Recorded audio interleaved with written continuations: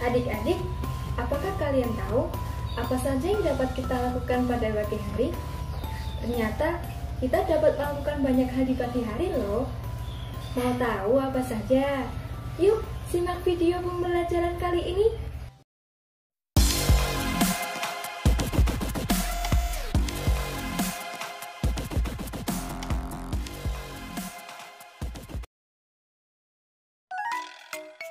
Assalamualaikum adik-adik pembelajar hebat dan luar biasa. Bagaimana kabar kalian semua? Semoga kalian selalu dalam lindungan Allah Subhanahu wa Ta'ala ya, sehingga kalian semua dalam keadaan sehat walafiat. Amin.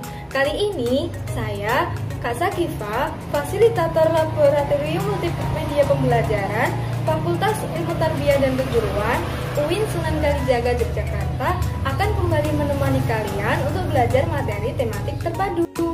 Kira-kira kalian tahu nggak apa yang kita akan pelajari kali ini? Yaps, kalian betul sekali. Kali ini kita akan mempelajari tentang kegiatan. Lebih spesifiknya lagi, kita akan mempelajari mengenai kegiatan pada pagi hari. Tujuan dari pembelajaran kali ini agar adik-adik yang pertama mengetahui kosakata yang berkaitan dengan pagi hari, yang kedua mengetahui simbol sila-sila Pancasila yang berada di dalam Garuda Pancasila, yang ketiga mampu membedakan panjang pendeknya nada melalui lagu yang berkaitan dengan pagi hari, yang keempat mampu membilang dan menyebutkan bilangan 11 sampai dengan 20, yang terakhir yaitu mengetahui gerakan dasar melalui melempar dan memukul bola melalui permainan tradisional. Apakah kalian sudah siap untuk belajar materi yang super keren ini? Yuk langsung saja simak video pembelajaran kali ini ya. Pada pagi hari, tanpa kita sadari kita sudah melakukan banyak hal loh. Seperti bangun tidur, merapikan tempat tidur, sarapan, dan masih banyak lagi. Kalian tahu nggak sih, kegiatan pagi hari dapat membuat badan kita menjadi sehat. Salah satunya dengan berolahraga, karena olahraga pada pagi hari baik bagi untuk kesehatan. Coba adik-adik amati ilustrasi berikut. Kira-kira suasana seperti ini kapan ya terjadi? Yap, kalian betul sekali. Suasana seperti ilustrasi berikut terjadi pada pagi hari. Apakah adik-adik tahu apa saja ciri khas pada pagi hari? Seperti pada ilustrasi yang tertera, kita dapat melihat seperti ada matahari terbit dan juga ayam berkokok. Lalu, apa saja yang dapat kita lakukan pada pagi hari? Kita dapat melakukan kegiatan seperti bangun tidur, mandi, sarapan, dan masih banyak lagi. Kalian tahu nggak sih? Ternyata dengan kita melakukan pada kegiatan pagi hari, kita sudah mengenal banyak kosakata loh. Kosakata itu apa sih? Kosakata merupakan kumpulan kata dan digunakan untuk menyusun kalimat. Lalu, contoh kosakata itu seperti apa ya? Kita bisa melihat apa yang sudah kita lakukan, seperti bangun, tidur, makan, sarapan, ayam, berkokok, dan masih banyak lagi. Senin pagi, setiap sekolah pasti mengadakan upacara bendera. Setiap upacara bendera, pembina upacara pasti membacakan teks Pancasila. Lalu, Pancasila itu apa sih? Pancasila merupakan dasar negara kita. Maka dari itu, kita harus mengamalkannya. Untuk mengamalkannya, kita harus mengetahui maknanya. Lalu, Pancasila itu ada berapa sih, Kak? Pancasila itu ada 5 adik-adik. Yang pertama, ketuhanan yang Maha Esa. Yang kedua, kemanusiaan yang adil dan beradab. Yang ketiga, persatuan Indonesia. Yang keempat, kerakyatan yang dipimpin oleh hikmat kebijaksanaan dalam permusyawaratan perwakilan. Yang kelima, keadilan sosial bagi seluruh rakyat Indonesia. Adik-adik, agar kita tambah semangat, bagaimana jika kita sekarang bernyanyi? Pasti kalian setuju dong? Yuk, menyanyikan lagu Bangun Tidur ciptaan Pak Kasur. Cermati lirik di samping kakak ya. Simbol garis panjang yang kakak berikan pada lirik tersebut berarti nada tersebut dinyanyikan secara panjang. Yuk kita coba sekarang. Bangun tidurku terus mandi, tidak lupa menggosok gigi. Habis mandi ku tolong ibu membersihkan tempat tidurku. Wah, asik sekali bukan? Dengan bernyanyi kita dapat mengetahui panjang pendeknya nada. Agar adik-adik lebih paham, kita dapat menggunakan berbagai alat musik seperti marakas, tamborin, dan juga peluit. Setelah asik bernyanyi, enaknya ngapain ya? Bagaimana jika sekarang kita berolahraga? Pasti kalian setuju dong? Karena olahraga di pagi hari itu sangat baik untuk kesehatan kita. Kita mulai olahraga dengan melempar bola yuk, pasti seru. Oh iya, dengan latihan melempar bola, ternyata otot tangan kita bisa menjadi kuat loh. Wah, keren kan? Lalu, bagaimana sih cara melempar bola dengan tepat? Ternyata, macam-macam melempar bola itu ada banyak variasinya adik-adik. Dapat melempar bola dengan tangan kanan dan dengan tangan kiri, melempar bola ke arah atas, ke arah bawah, ke arah samping, ke arah sasaran, dan juga ke dalam keranjang. Setelah lelah berolahraga, bagaimana jika sekarang kita main game? Kita kali ini akan bermain game menyusun kata. Perhatikan kata di samping kakak ya. Kira-kira kakak di samping kakak ini sudah benar apa belum? Yuk kita coba. Menurut adik-adik, kata amnya itu sudah benar atau belum sih? Yap, kalian betul sekali. Kata amnya itu masih salah adik-adik. Yang benar itu adalah kata ayam. Ayam itu selalu identik dengan pagi hari. Yuk, agar kita lebih pandai, coba satu kali lagi ya. Di sini tertulis dengan kata asparna. Kira-kira kata ini sudah betul atau belum ya? Yap, kalian betul sekali. Kata tersebut belum betul adik-adik.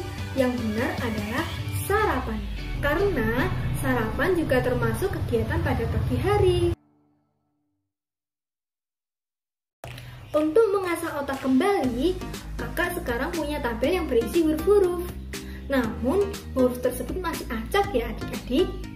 Yuk temukan kosakata dalam tabel berikut.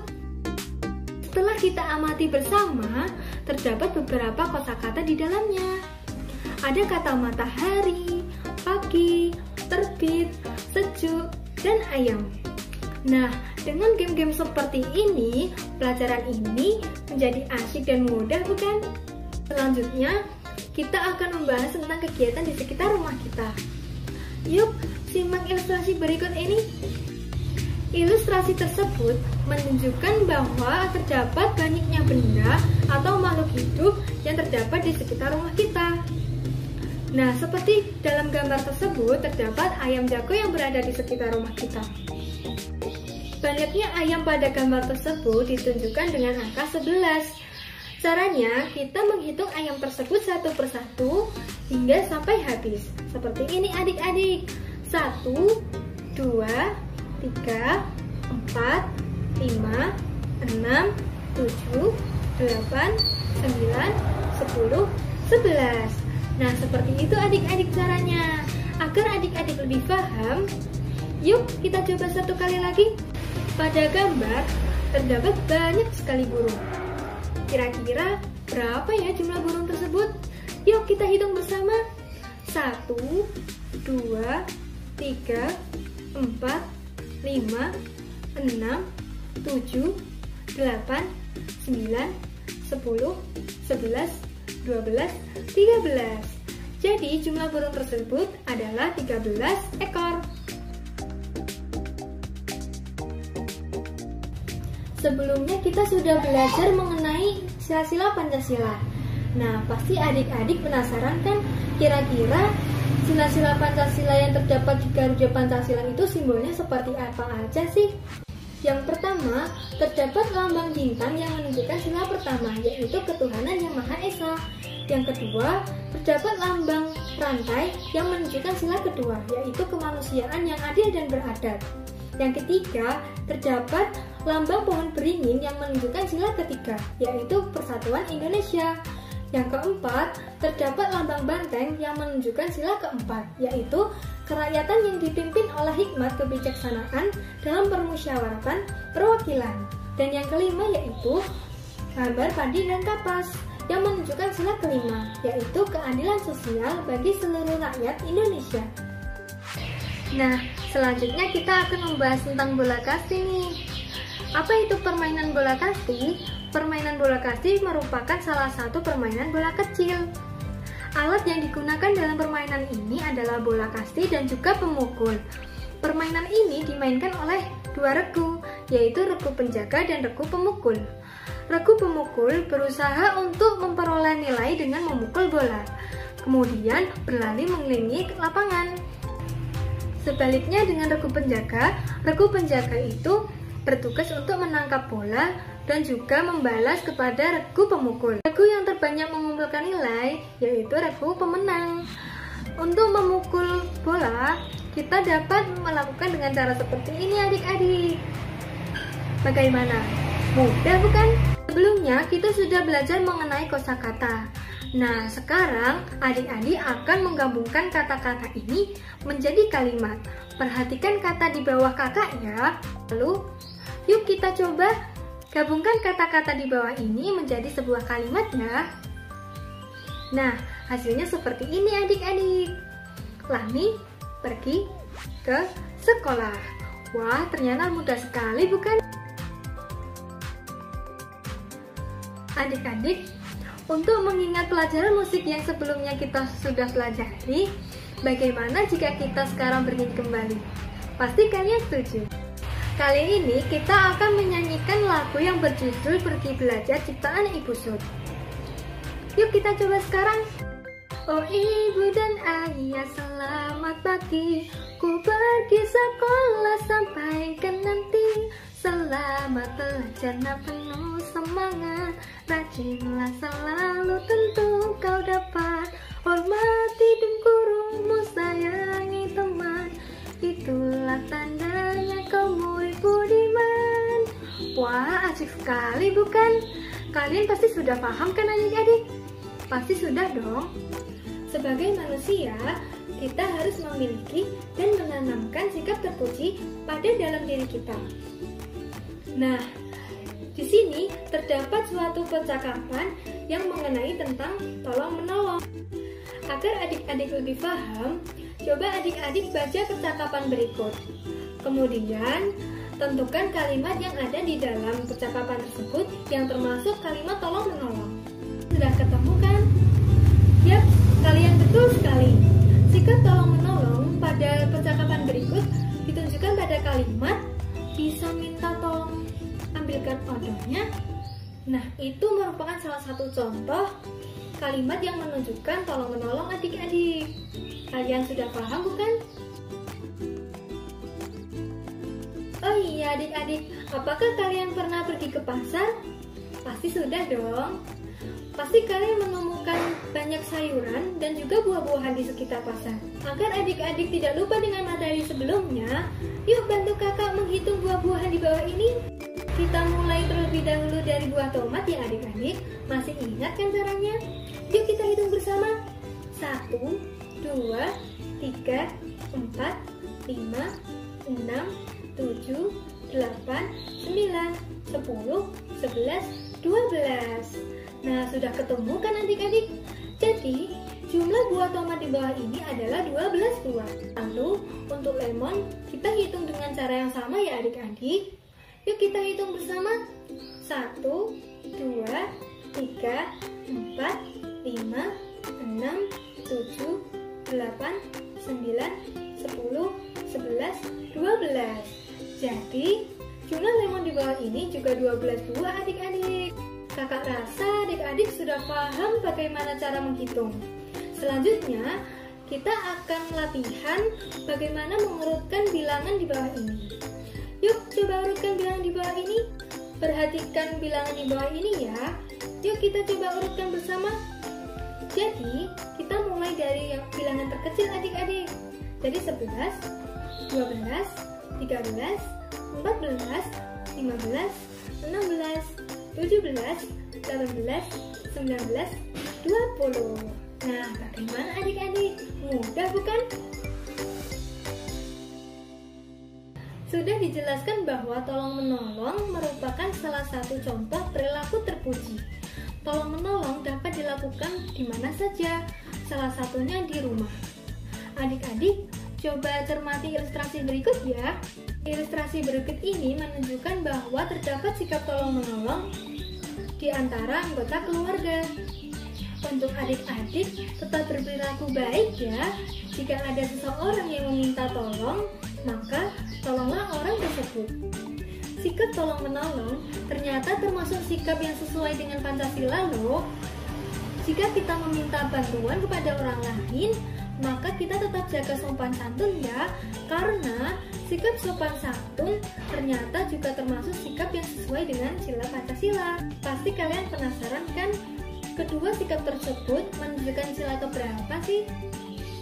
Yap, kalian betul sekali. Kedua sikap tersebut ternyata menunjukkan sila kedua adik-adik, yaitu kemanusiaan yang adil dan beradab. Karena kedua sikap tersebut merupakan suatu contoh adab yang baik. Adik-adik, membantu orang tua ternyata termasuk salah satu sikap terpuji loh. Nah, salah satunya dapat kita lakukan dengan cara menata peralatan makan. Sambil membantu ibu, ternyata kita juga bisa belajar menghitung loh. Yuk bantu kakak untuk menghitung peralatan makanan di bawah ini. Perhatikan gambar sendok di bawah ini. Kira-kira ada berapa sendok ya? Yuk kita hitung bersama. 1, 2, 3, 4, 5, 6, 7, 8, 9, 10, 11, 12, 13, 14, 15, 16, 17, 18. Jadi, jumlah sendok yang di bawah ini terdapat 18 buah adik-adik. Agar adik-adik lebih paham, yuk coba satu kali lagi. Perhatikan gambar garpu di bawah ini ya. Yuk kita hitung bersama. 1, 2, 3, 4, 5, 6, 7, 8, 9, 10, 11, 12, 13, 14, 15, 16, 17, 18, 19, 20. Nah, jadi jumlah garpu di bawah ini adalah 20 buah adik-adik. Nah, seperti itu ya adik-adik cara menghitung. Mudah bukan? Pada pembelajaran kali ini, kita sudah belajar berbagai hal mengenai kegiatan pagi hari. Seperti mengetahui macam-macam kegiatan pagi hari, mengenal kosakata yang berkaitan dengan kegiatan pagi hari, mengetahui simbol sila-sila Pancasila dalam Garuda Pancasila, membilang dan menyebutkan bilangan 11 hingga dengan 20, dan yang terakhir, kita dapat mengetahui gerakan dasar seperti melempar dan memukul bola melalui permainan tradisional.